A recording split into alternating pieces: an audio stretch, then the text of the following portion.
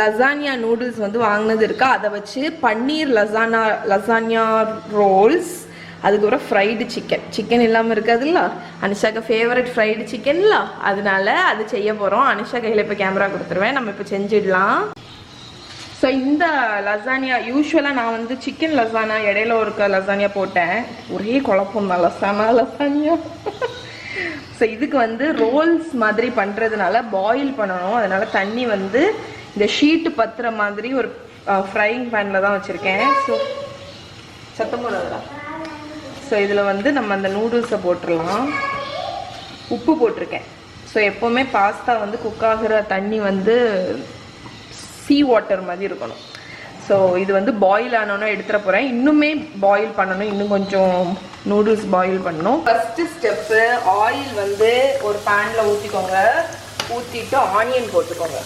Okay, so நம்ம வந்து ஒரு பன்னீர் சாஸ் மாதிரி ரெடி பண்ண போகிறோம்.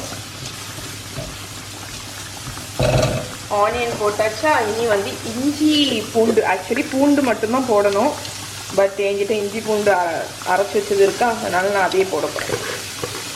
அதனால ஃப்ளேவர் இருந்தால் ஒன்றும் தப்பு இல்லை, பட் நீங்கள் வந்து கார்லிக் இருந்தால் கார்லிக் மட்டும் போட்டுக்கோங்க. ஸோ இது வந்து கொஞ்சம் பச்சை வாடை போய் கொஞ்சம் ஆனியன் வந்து சாஃப்ட் ஆகட்டும்.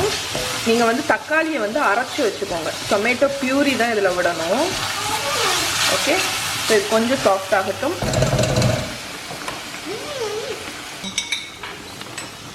கிட்டவா, இதை மட்டும் எடு, ஃபோக்கஸ் பண்ணு. என்னெல்லாம் நீங்கள் எடுக்காண்டா, ஒன்றே எடுப்பேன், ரெசிபி மட்டும் எடுத்தால் போதும்.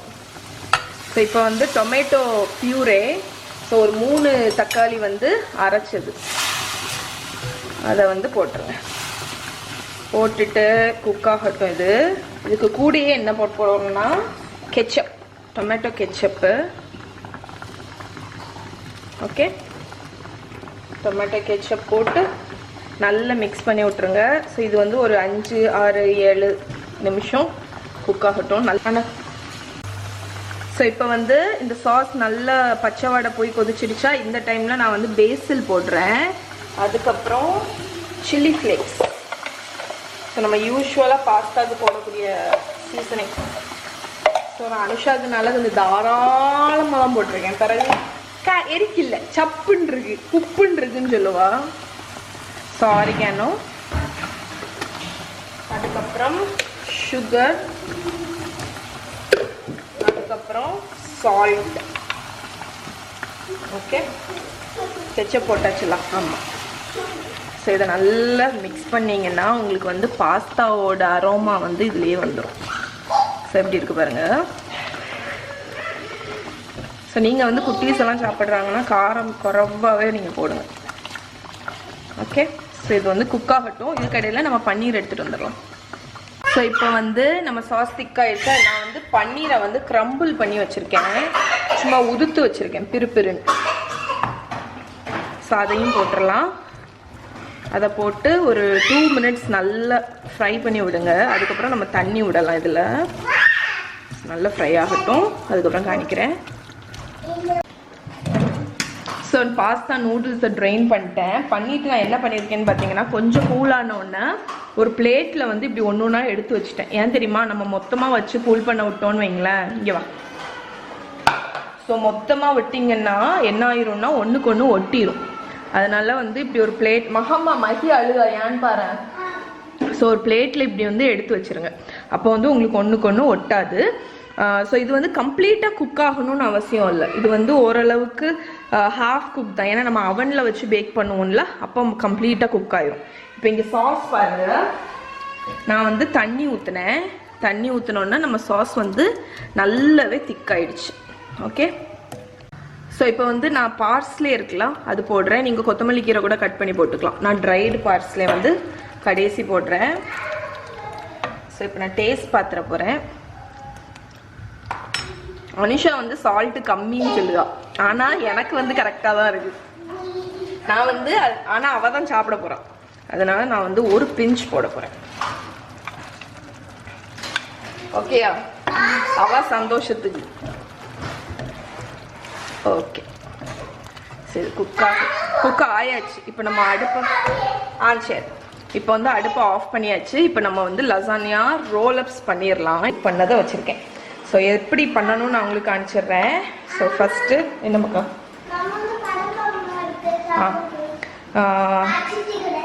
சரிடா.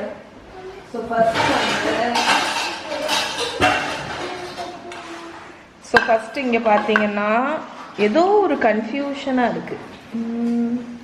ஃபஸ்ட்டு சாஸ் ஊற்றணுமா, அடுத்தது பாஸ்தா வைக்கணுமா? இல்லை, எதில் வச்சு பண்ணேன். சரி, இதை நான் இங்கே ஓரத்தில் வச்சிட போகிறேன். இந்த பிளேட்டில் வச்சு உங்களுக்கு பண்ணி காணிக்கிறேன். ஸோ நம்ம சாஸ் இருக்குல்ல, நம்ம சாஸை வந்து பேஸில் வந்து ஊற்றிக்கோங்க.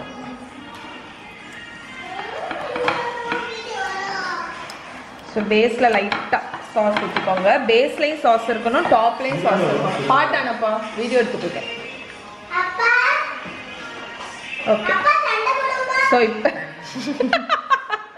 ஸோ இப்போ வந்து இந்த நூடுல்ஸ் வச்சுருக்கோம்ல, இதில் வந்து இந்த சாஸை கொஞ்சத்தை வச்சு, சீஸ் கொஞ்சத்தை வச்சு இதை வந்து இப்படி ரோல் பண்ண போகிறோம்.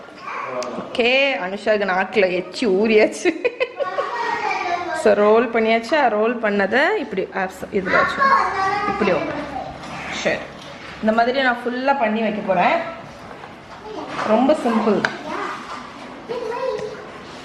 ஸோ நான் வந்து இந்த சாஸ் எடுக்கிறது பார்த்தீங்கன்னா கொஞ்சம் திக்கான போர்ஷனாக தான் எடுத்து இதில் வைக்கிறேன். கிரேவியாக உள்ளது நம்ம டாப்பில் ஊற்றுறதுக்கு வச்சுக்கலாம்.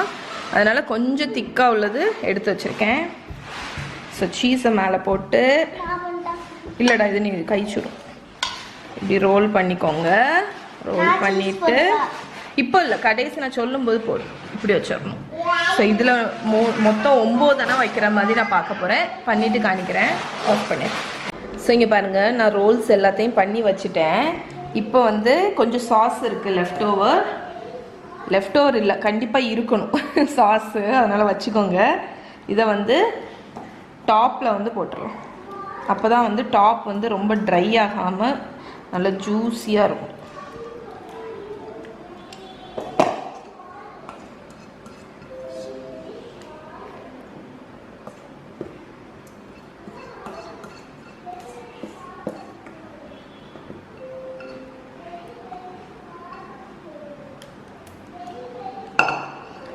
ஓகே, ஸோ நம்மளோட கிட்டத்தட்ட வந்து இந்த மீட் சாஸ் வைப்பாங்கல்ல, யூஸ்வலாக லசானியாவில் வந்து பார்த்தீங்கன்னா மீட் சாஸ், நம்ம மட்டன் அந்த மாதிரி ஐட்டம் வந்து லேம்பு, அந்த அரைச்ச லேம்பை வச்சு சாஸ் பண்ணி பண்ணுவாங்க. ஸோ நான் வந்து இன்றைக்கி பன்னீர் வச்சு பண்ணது. ஆனால் பார்க்குறதுக்கு கிட்டத்தட்ட இது மீட் சாஸ் மாதிரி தான் இருக்குது.